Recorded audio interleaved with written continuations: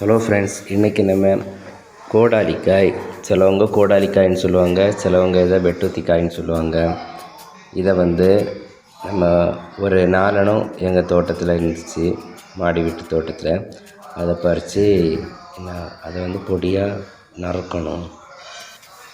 அதை சின்ன சின்னதாக பொடி பொடியாக நறுக்கி வைக்கிறோம். அப்புறம் இதுக்கு தேவையான அளவு ஒரு 3 பச்சை மிளகாய், ஒரு வெங்காயம் எடுத்து அதையும் பொடி பொடியாக வெட்டி வச்சுருக்கோம்.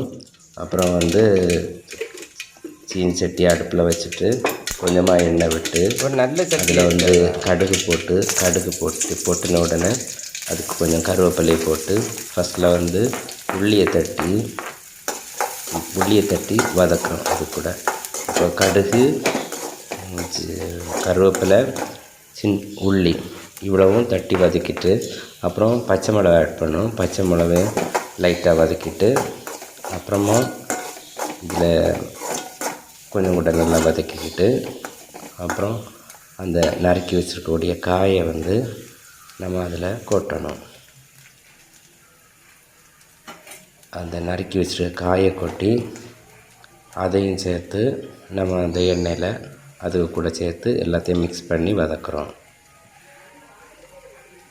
அப்புறம் வதக்கிக்கிட்டு கொஞ்சம் நல்ல கிளறி வதக்கி கொடுக்கணும். ஏன்னா அப்போ தான் அந்த எண்ணெய், அந்த உள்ளி, பச்சை மிளகு எல்லாம் சேர்ந்து மிக்ஸ் பண்ணி வரும்போது தான் அது நல்ல சுவையாக கொடுக்கும். அதனால் நம்ம கண்டிப்பாட்டு கொஞ்சம் கூட நல்லா வதக்கி அதை அப்படியே மூடி போட்டு வச்சிடலாம் கொஞ்சம் நேரம்.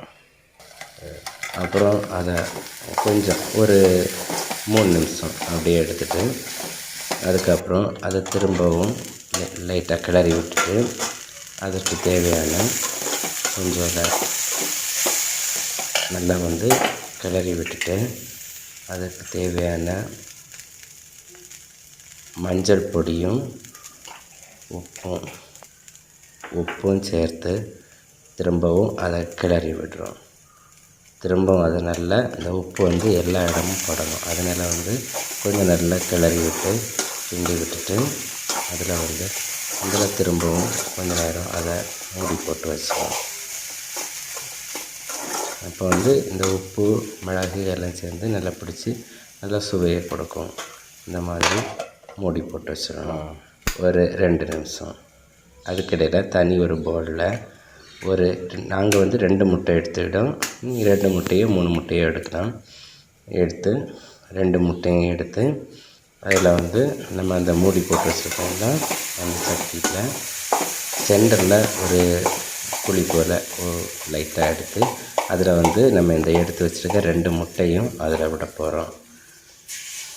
அதில் விட்டுட்டு அது நல்லா சேர்த்து நல்லா மிக்ஸ் பண்ணி கொடுக்கணும். அது லைட்டாக குக்கிங் ஆகிறதுக்காக நம்ம இந்த மாதிரி லைட்டாக கிளறி கொடுக்கணும். முட்டையை மட்டும் அப்படி கிளறி கொடுத்துட்டு அது லைட்டாக கொஞ்சம் தெரியும்ல, அந்த முட்டை இது பண்ண உடனே லைட்டாக வெந்த உடனே திரும்ப நல்லா ஆட் பண்ணி நல்லா எல்லாத்தையும் சேர்த்து மிக்ஸ் பண்ணி கொடுத்தோன்னா நல்லா சூப்பரான ஒரு சுவை கிடைக்கும். அதனால் கொஞ்சம் கொஞ்சமாக அந்த வெஜிடபிளும் இதையும் சேர்த்து அப்படி மிக்ஸ் பண்ணி அப்படி ஃபுல்லாக மிக்ஸ் பண்ணிட வேண்டியதுதான். மிக்ஸ் பண்ணி நல்லா கொடுக்கும்போது நல்ல ஒரு சுவையை கொடுக்கும். அப்படியே நல்லா கிளறி கொடுக்கணும்.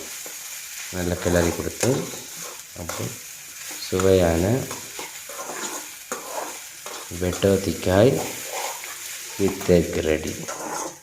சாப்பிடலாம் ஃப்ரெண்ட்ஸ், நல்ல சுவையாக இருக்கும். நீங்களும் இது போல் செய்து பாருங்கள். சரியா? Okay, bye friends.